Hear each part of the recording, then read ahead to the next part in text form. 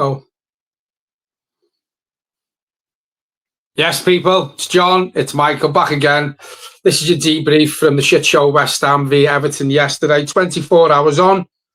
Michael said something in the video yesterday and made me think. So the teams who are vying around us are going to take some positivity from Everton's recent performances against Fulham, away at Southampton, and now Ipswich today. So yesterday, Ipswich have played today. So Wolves yesterday get 3 points, who were in and around us. And 24 hours later, what Michael said looks like could just be a coincidence, but I think these teams will take some positivity about how shit Everton are. And Ipswich Town have done it 24 hours later by beating Tottenham 2-1. We're in a real shit show and a dogfight, aren't we, Michael? Yeah. Yeah, I think it's a serious problem. I think it's very obvious that we should have had a better start to the season. And as much as we can caveat it, and as much as Sean Dyche can say certain things in certain games about cutting edge and getting results, the facts are this Everton team have been 2-0 up in 2 games. They've been absolutely smashed away from home. They've been smashed at home. They have drew a game at home where they needed to really win. And yesterday, for at least the first 55 minutes, West Ham, and this is no dig at any West Ham fans or any, West Ham fan channel, but West Ham were as bad as I've seen any team this season. They were awful. And yet Everton didn't have the ability to, we had chances, but create something real, a one-on-one moment. I've seen us actually play better in an attacking sense in games that we've lost than what we did yesterday. We've actually attacked better. We've had one-on-one opportunities, albeit Calvert-Lewin's missed them. Yesterday, there was a couple of headers. There was a couple of shots from in and around the box. P-rollers. Yeah, there was nothing. And then when you turn it on its head, and as we said, after about 55, 60 minutes, and they make 3 substitutions, Everton weren't really in the game. We weren't really in the game at that point. We'd gone. So, teams like Ipswich, like Southampton, Leicester are already level on points with us. Crystal Palace, I know they're struggling, but they've got more than a good enough team to get out of this Palace. It is worrying. And I saw someone in the comments, actually, and a conversation that I think you'd had on Twitter about Everton getting relegated. Now, look, I'm still of the opinion Everton will not get relegated, irrespective of the manager. However, ask me that question at the end of December and Everton are rock bottom, adrift. Then I think we could be in real problems if a manager doesn't change. I think the club is a mess. I think the team is a mess. I think the manager is incompetent. And yeah, I've got real concerns following that performance yesterday. Yes, it's a point. But as you rightly said yesterday, we really needed to be through. Well, I can ask you the question now. It's pointless putting it off till the end of December, because I think unless you've got your blue tinted glasses on, like a minority of the Everton fans now, then on the performance from Fulham, on the performance against Southampton, and the performance yesterday, I would bet now that if the manager isn't changed before that run of games and is still in charge at the end of that run of games, we're in the relegation zone. We are in the relegation zone. So, you're saying you still can't say that we're going to go down. And I know no one can say that. But the way I'm looking at it, there's no positives. You look at the teams that you went through then. I know it's a debrief about West Ham, and we will get onto that and how Everton didn't win the game or get more than a point. I know we will get onto that. But in hindsight, when you look at the teams that you've just named, Palace, they've got an identity even though they're struggling. We can see what the manager's trying to do. We had a great end to the season last season. They've got players who get them out of shit. Wolves, yeah, they're struggling. But look at some of their players, Michael. Some of their players would walk into our team. So they've got players there who will get them out of a dogfight. Southampton, okay, they beat us, then they got beat again yesterday. But they've got certain, not many, but certain individuals who are up for the fight. And I think Everton and Southampton are probably on a par. I think they're both poor teams. But then you look at Ipswich today going to Tottenham and getting their first win in the Premier League for absolute donkey's years. I know they've been down, they've come back up and stuff like that. So what I'm getting to here is a lot of the teams that are in the dogfight with us and a lot of the squads at them clubs have an identity. Their players can see what the manager's trying to do. We haven't got one. I think we're on. It's sad to sit here and say we're on a par with Southampton as the two worst teams in the Premier League when you watched how poor West Ham yesterday. But you and me and everybody watching this video knows that if West Ham make a change, West Ham won't be in a relegation dogfight this season like we're going to be, because they've got quality players in and around that squad. We haven't. We cannot afford to rest on our laurels now. We've got Brentford coming up. I think we've got Man United, then Wolves, or Wolves, Man United, whatever order it is. By the time we play Man United, their new manager's going to be in, so they're going to have a bounce. These next two games for Everton, if it is Brentford and Wolves, or Brentford, Man United, Wolves, whatever it is, what I'm trying to say is we need to take 6 points from Brentford and Wolves. There's no if, but, or maybe about it. Because I'm telling you now, if Man United is sandwiched in between Brentford and Wolves, we'll probably get beat by Man United with the new manager being there. So we need to take 6 points out of 9 out the next They're home games. They're home games. Well, what Man United isn't, or Wolves isn't. No. Yeah, what Wolves is at home and Brentford are at home, and it's Manchester United in the middle. Yeah.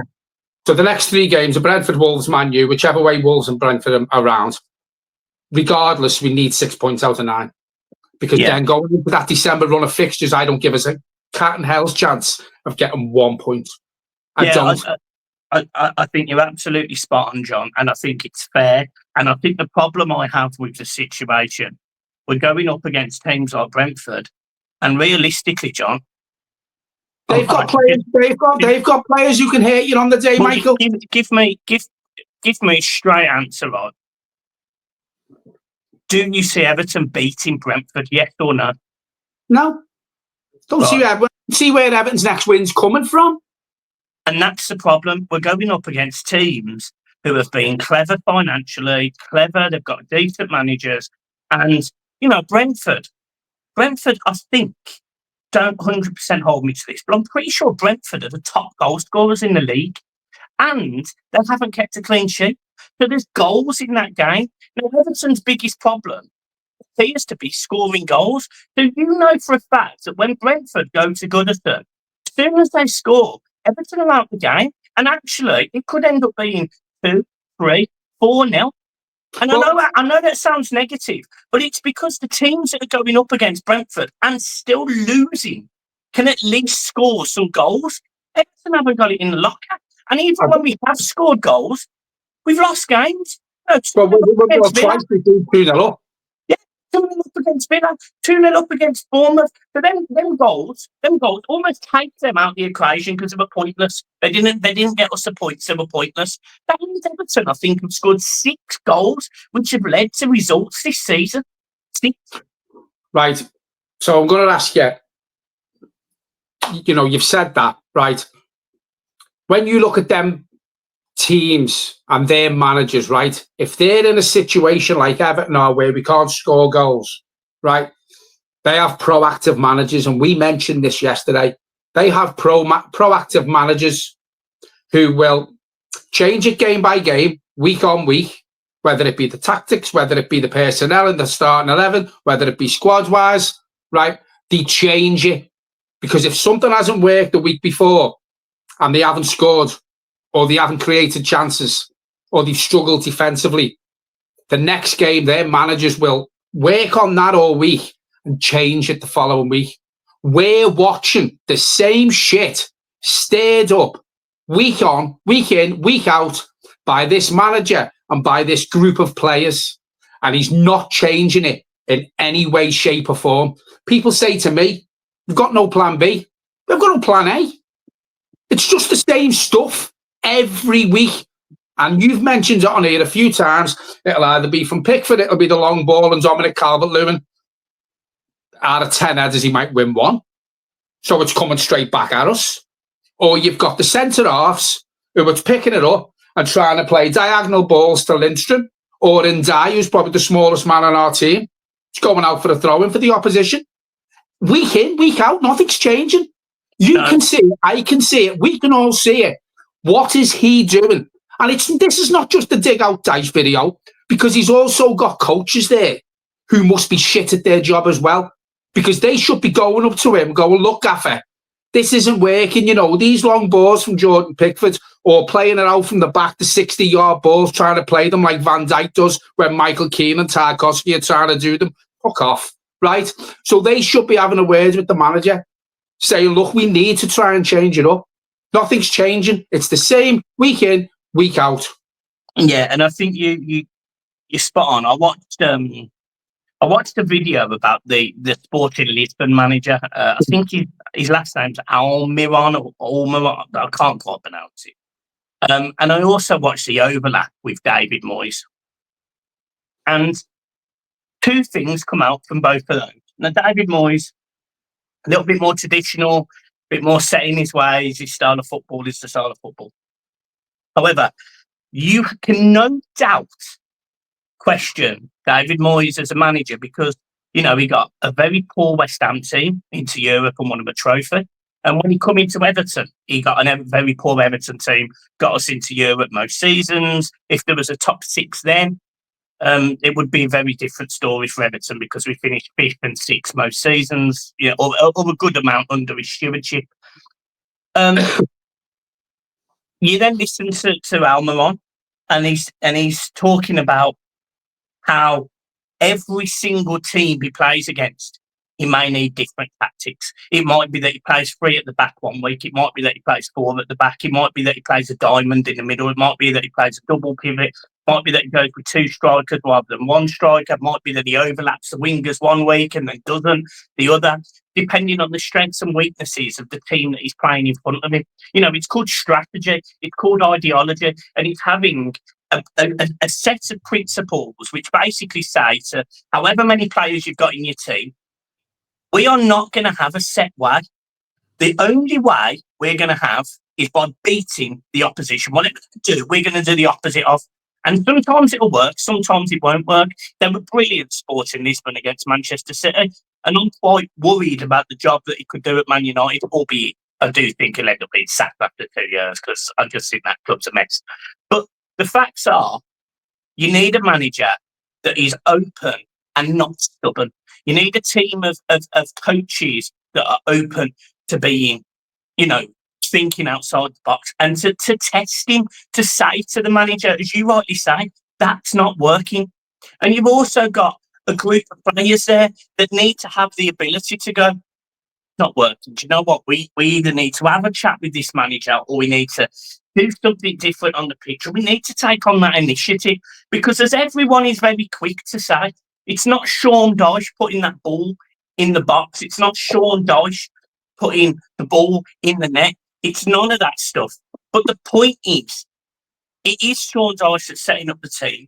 And if you can criticise the players for not being Sean Dyche, then you can also criticise the players for not taking it upon themselves to try something different on the pitch. You know, there's nothing wrong with Dwight McNeil saying to, I don't know, Jack Harrison, do you know what? Let's swap wings, because I fancy my chances. Well, you played on the left wing at Leeds, and you were a left winger most of the time. I tell you what, you get on your left foot, whip it in. I'm left-footed, and I'm probably a better goal scorer than you. So let me cut in off the right-hand side, and I'll shoot with my left foot. But instead, they use them the same fucking way that doesn't work. And then on top of that, you've got a team that has been battered by different styles of managers and play and tactics. And actually, this group of players is an absolute mess. No one knows what player's best for what. All we know is our best player is Liliman Ndiaye, and Jared Branthwaite. That's all we know. That is all we know. They're the two best players in that team. And Pickford obviously shows his class at times. But Everton are a mess. And the longer we go into this, the longer we've got a manager that can't fix this, can't bring it all together, we are heading for shit creek with no paddle. And the one thing, and I'll end on this point, John, and I'll pass it back to you, but the one thing I'll mention, and me and you absolutely annihilated Dyche for this in pre-season. We had gone, I think it was 3 games, maybe 4 games in pre-season without a win. And Sean Dyche then comes out after the fitness work and goes, now we're going to work on the tactics. Yeah. We were 4 weeks into pre-season or whatever it was. He says we're going to work on tactics, and then we go to Coventry, who was struggling in the Championship, by the way, and got dick 3-0. Didn't even look like a League 2 side. So as much as we could sugarcoat all of this, these problems have been here all season. We've won 7 games in 11 months, and that doesn't include the games that we've won against teams in Ireland, in League 2, in League 1, whoever else we played in pre-season. This Everton team, this manager, these players, most of these players need to actually look at themselves, because if you can't look at goal and go, do you know what? I'm going to have a right go here. If you can't get your back up for that crowd, if you can't show that emotion, then Everton Football Club is not for you, boys. So I strongly suggest that every one of those players, the manager, the coaching staff, they take this international break, they look themselves long and hard in the mirror and they go, am I good enough for these set of fans? Because the answer to 95% of you is, no, you're not. You mentioned a manager before, David Moyes, and listen, whether you think he had a better squad of players at his disposal and what's at the club now is by the by. The point that I want to get to is David Moyes, if he had to change his tactics week in, week out, for obviously the different sort of team we were playing, whether the team went long ball, he would change it. 99.9% of the managers in this Premier League, in any league, not just the Premier League, change their formation, change their team selection, change their tactics to compensate who you're playing against. This manager doesn't. He just doesn't. He's got no plan B, as we said before. 7 Premier League wins in 11 months is an absolute disgrace for Everton Football Club, regardless who's in charge of the club, regardless of who's running the club from upstairs. That is an absolute disgrace. No other manager in any league, at any other club, whether it be the Conference North, whether it be the Premier League, whether it be the Ryman League, no manager stays in his job with 7 wins in 11 months. The club is stale. The management is a dinosaur. The club is not. It's not even as if over the last couple of years we've sort of, you could see progression and then we fell back a bit. We're falling and falling and falling and falling now. And until this takeover's done, and even when the takeover's done, and I've said it on here, this club is a million light years away from even giving us, as fans, an identity back. This club is millions of years away from fellow supporters from other clubs where they're talking to each other in the pub before the game going, tough game today against Everton. No one worries about playing Everton no more. It's just little old Everton now. Goodison used to be a fortress. A fortress. I think it was last season we won more away games, or it was the season before, than home games. I think it's something like the last 3 years, John. It's under Carlo, and then I think 1 under Lampard and 1 under Dyche.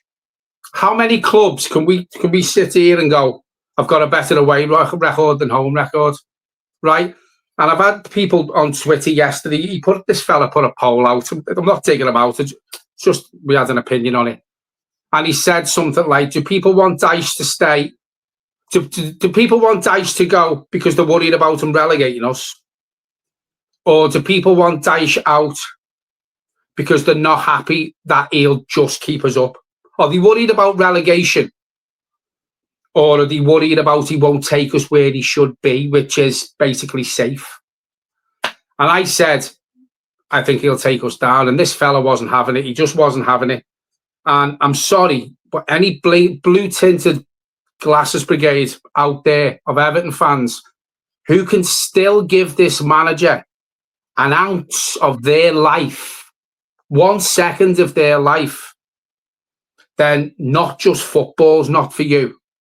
Everton Football Club's not for you. Because if you're happy with that, and if you're happy the situation that this club's in, then I'm sorry, but it's really not for you. Because if the 99.5% of this fan base is broken-hearted what's happening to our football club, watching this shit week in, week out, travelling down to Southampton, travelling down to West Ham, going to Ipswich, spending hard-earned money, when certain individuals in that squad can't even come over and clap them fans, just get straight off down the tunnel, is refusing to sign contracts. Dyche comes out with the usual tripe after every game. Well, I thought we were in the game. And then he come out with a comment yesterday in his post-match interview, something like, I'm walking away from here today thinking to myself, how did we not win that? How did we not win that? We didn't win that because you're a dinosaur of a manager. And the sooner he's gone, when this takeover is done, the sooner, the better. Take your backroom staff with you, but also, these overpaid prima donnas at this football club who are refusing to sign contracts, who are not putting shifts in, week out, on that training pitch, day in, day out, take them with you. Because this is not good enough for our football club. We've put up with this for too long now. Too long. And as I said before, look at Michael. I know he hasn't been as much this season because of holidays and what have you. But Michael's driving from Birmingham every other week. He's been to away games, driving, midweek games to cup games. The players who are putting blood, sweat and tears on that shirt deserve me and Michael. But the rest of them, and this management, don't deserve it. They don't deserve an ounce of gratitude from this fan base, because I've had enough now. And until this takeover's done, nothing changes. And when the takeover's done, it doesn't change overnight. I just want to see little green shoots of grass that we can turn around and go, yeah, it's a long time off, but we might just get our football club back here, because it's been gone far too long now. And when we're going up against the teams, the likes of Southampton and West Ham, that's probably one of the worst West Ham performances I've seen yesterday in years. And we still can't beat them. And then we're standing here on this video wondering where our next points are coming from, when 2 of our 3 games is Brentford and Wolves. And we're still saying we can't see us getting anything from Brentford and Wolves. That's a sad predicament of this football club. And it's them people upstairs and the mismanagement for years who have put us in this situation. Yeah, spot on. I don't actually think, it sounds bad, but I actually don't think there's much to talk about from the West Ham game, because the facts are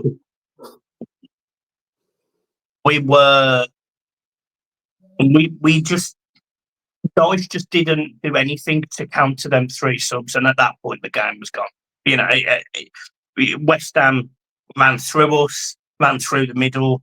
They could get down the side. Balls were going into our box. If West Ham could have finished and Pickford didn't have a world, we'd have lost that game yesterday. So there's no point sugarcoating it. For all that positive stuff, maybe in the first half and those chances and then counter attacks, West Ham probably should have won yesterday. And that is an absolute indictment of Dyche, because in games where Everton have been in it at 0-0, he clearly set up right. He just can't make the changes mid-game. I get the bench is poor, but there was actually enough talent on that pitch to just change the formation, to give us the chance, utilising people's qualities better. I've been reading today that Lindstrom's actually a player that plays in the 10 position, and the reason why he struggled at Napoli was because he was played on the wing. So what's Dyche doing? Just playing him on the wing. You know what? Jack Harrison, again, second loan. I remember last season, last season, 18 months ago, when we signed Jack Harrison, saying, I don't know why we signed a left winger when we had Dwight McNeil. I think we might have had Danji, whoever was there. I think we had 3 left wingers at the time. And we didn't have a right winger. But there you mentioned a player there. Dan Juma's a perfect example. Before he come to Everton, when he had been scoring goals, he was playing through the middle. He come to Everton, and on the odd chance he did get a game, he was on the left. Soon as he's gone back to wherever he's gone, now he's been playing through the middle, scoring goals. And this is what I'm getting to about this manager, Michael. He doesn't see the faults. It's his way and no other way. And that's the thing with this manager. Dan Juma's a perfect example. He plays through the middle, he scores goals. He comes to Everton, he plays him on the left when he did play him. There's tons of examples, and this isn't even just a Dyche problem, by the way. I'm going before Dyche here with the points I'm about to make. But there is other problems within Everton regarding directors of football, regarding signings that we've made, regarding players that we've bought in and players we've let go of. So, for example, right, you can talk about 2 strikers that appear to be doing well in the Championship or have done well, which is Ellis Sims and the young lad Tom Cannon, scoring goals. Now, look, I'm not sitting here saying they do a better job than Calvert-Lewin. I'm not saying that. But we didn't even give them a real chance. Then you go back further. You go and spend £10 million on players like Ademola Lookman, £25 million on players like Moise Kean. Ademola Lookman's just finished 14th in Ballon d'Or, and Moise Kean is 3rd top goal scorer in Serie A with 12 goals. You just don't see Everton utilising the youth system. Every team in Everton, every single one, is underperforming. But that's not just a first team problem. That is an Everton problem from top to bottom. And all of that has happened under Moshiri. And God, John, you're absolutely spot on. We can only hope, right, that the Friedkin group, this new director, the group of people that are being brought in to build this project, we can only hope that it gets better. Because if it gets worse, Everton end up in the Championship. Everton end up in oblivion. I've said it on here before, Michael, this group of people need to come in. And as you quite rightly say, I think it's only the under-18s who are doing okay. The women's team are bottom of the women's league. The Everton men's team are shit. You know what I mean? So the as I said, 23s, I don't think are doing well either. No. So it's a problem top to bottom. And as you quite rightly say, when Dan Friedkin comes in, he needs to bring people in who've been involved in Roma. They're on the verge of sacking another manager. They got beat again today, 3-1. He's only been in charge 8 games. They'll just sack him. Now, I know the problem Everton have got is Moshiri's not going to pay Sean Dyche off for his backroom staff. Why should he? Why should he put his hand in his pocket and pay them off? The only hope we have is if Dan Friedkin, when the deal's just round the corner, goes, yeah, Farhead, pay him off. Because we can't afford to keep him here anymore. I don't want to be taking over this club and spending 750 million, whatever it is, on a club that's going to be playing in the Championship next season. So here's the money. Pay him off. Get rid of him. That's all we can hope for before this run of fixtures come in December. Because of what I will say, and I was going to add to this before, Sean Dyche was brought in with one thing and one thing only to do, which was take Everton into the Premier League in this new stadium. Now, I'm going to ask you one question now. If this deal is done and they don't sack him by the beginning of January, and I think we all know it's going to be a shit show in December, does he keep us up? Does he take us? Does he do the job he was brought in to do and take us into Bramley Moore? Yeah, so I get the question you're asking, and you're kind of asking the same question from the poll last night. For me, irrespective,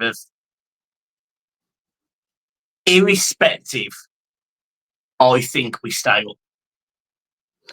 I'll explain why. Because Dyche tends to have this tendency of pulling 3 or 4 results out of his arse in a row, and he does it every single season. And that is the only reason. Now, John, ask me that question come the end of February, when we've gone through that rough December and we've got the slightly better fixtures again, similar to the start, and we may be. How many? Yeah, but the thing is, Michael, how many of them did we win at the start? But this is my point, because we didn't last season either. We lost to teams last season. We went to difficult places and got results last season. We if I remember as well, we beat Liverpool at home.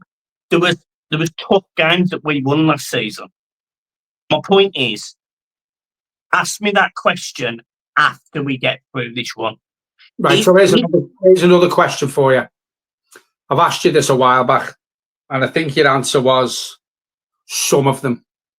Right? Yeah. Has he lost the dressing room? The majority of the dressing room? Yeah, he has.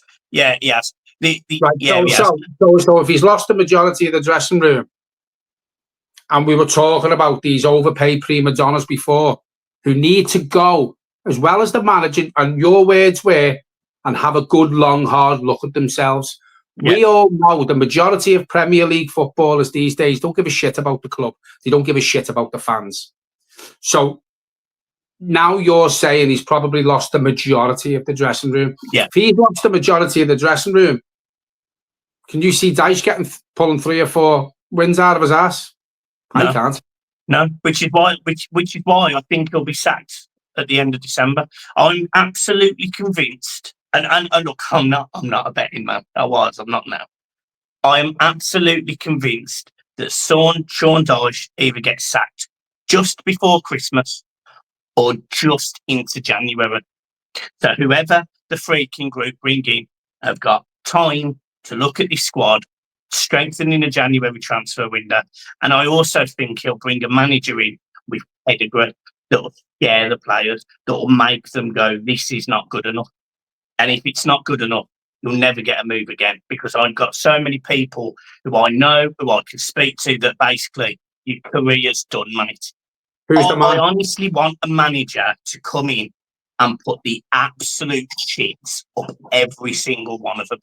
Obviously not the enjoys who have been really good. And I actually think McNeil's played all right this season. I think he's gone off the ball a bit last couple of games, but I think he's done all right this season. Your Branthwaite's been injured. Your Michael Keane has done all right this season, not going to dig him out. Your Jordan Pickford's, I think he's done okay. But a lot of that team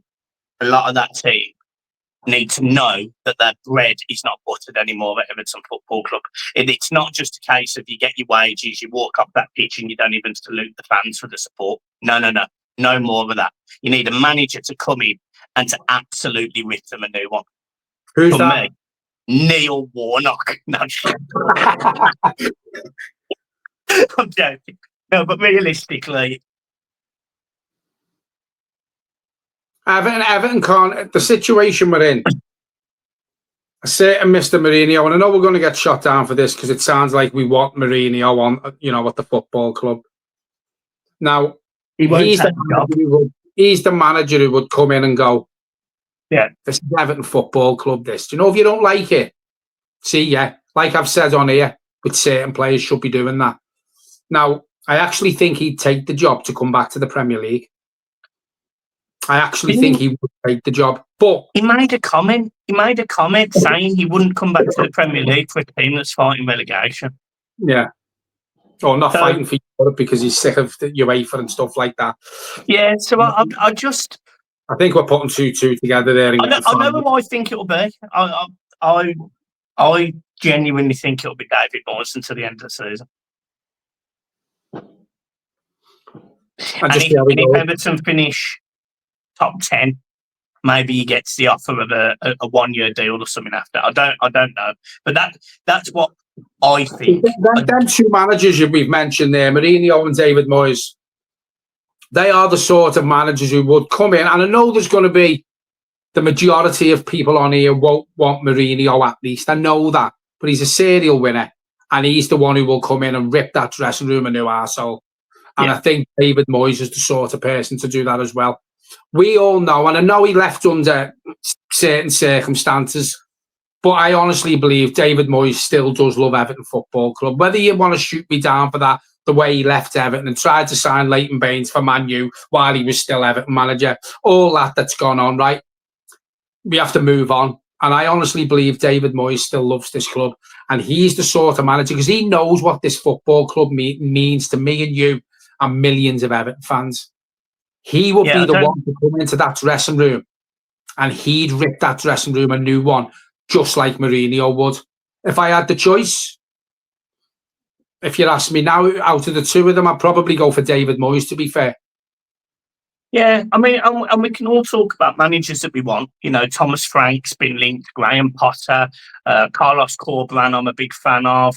You know, people have been saying McKenna and all sorts of stuff, right? And we've all got aspirational managers, fine. But the facts are, we just need a manager that's not going to send us down. And at this moment in time, and you are right by asking this question, it's really difficult to answer whether Dyche would send us down or not. Some people are going to be like, yes, he'd send us down. And some are going to be like, nah, we'll still stay up. And I'm still in that camp. But that's not because I think Dyche is good enough. It's just because I think at the moment, I still think Southampton go down. I still think Ipswich go down. And I still think Leicester go down. However, as I said, if in January we're still in this position, and actually will be even worse because we've lost the whole of December, you've got to make a change. You don't have a choice. You've got to. So, for me, I'm getting a manager for 5 months. If it was Mourinho, you have to give him more than 5 months. But David Moyes, I think David Moyes would take it as a caretaker. If he loves us that much, I think he'd take it as a caretaker. And then the other person, the other person that people don't tend to speak about at the moment, and there may be reasons and there may be not, and I can't quite believe I'm saying this, but Erik ten Hag. And the reason why I say him, right, is Manchester United, we know, have been a shit streak for years. They have. They've been poor since Ferguson, right?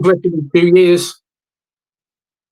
He's won a cup every season he's been there.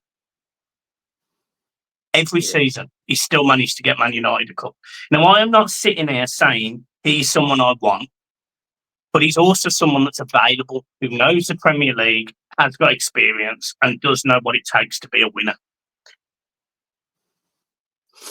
I'm not for Ten Hag, by the way. I'm just throwing a name in there. My name, my person would be, right now, use free. It's probably David Moyes. Yeah, I think I'll go with that.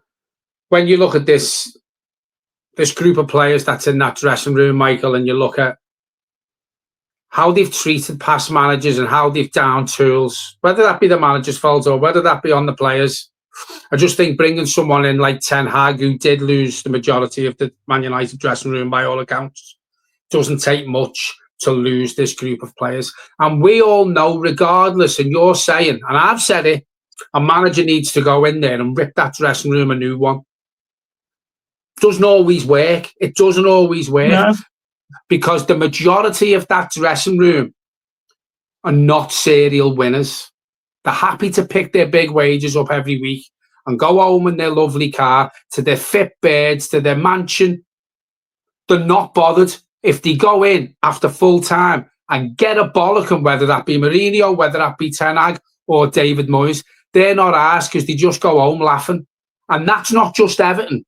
That's the majority of the prima donnas that play in the apparent best league in the world. So this just doesn't Everton players. But that's what worries me. Whoever goes in there, do you think it gives these players a lift? You look at Man United, for example, one of the biggest clubs in the world, if not the biggest club in the world, right? Ten Hag gets sacked. The next game, Ruud van Nistelrooy's first game, they go and score 5 goals. They haven't lost. So they've won today 3-0. Exactly. So Amarin from Sporting Lisbon will give them another bounce when he goes in there. What I'm getting to is them players are playing for the biggest club in the world. That's why they react to management changes. When you've had Ten Hag in charge here, now you get an Amarin going in. You look at Everton, we've had Sam Allardyce, we've had Frank Lampard, and now we've got Sean Dyche. 3 managers who've won absolutely fuck all as a manager. How are they supposed to lift them players who are sitting on their asses in that dressing room on a match day? That's the difference. So it's not just a management change.